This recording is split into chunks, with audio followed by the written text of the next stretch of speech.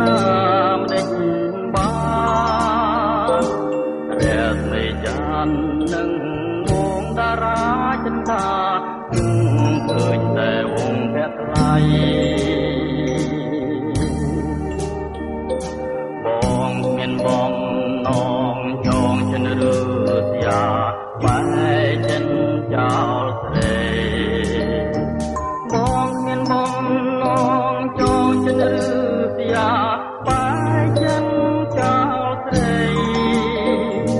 ទួងយើងនៅ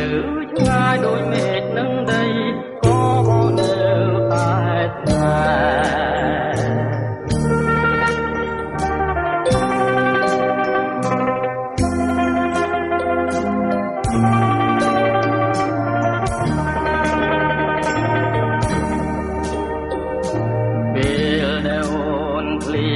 ចាំណែនងបែរងបងក្រំពី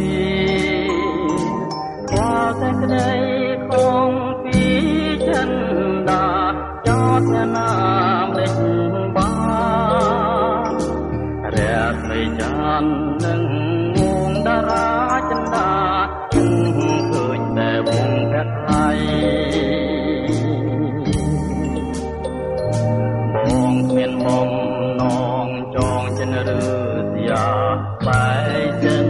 ចោលស្រីបងមានបំណងចងចិនឬ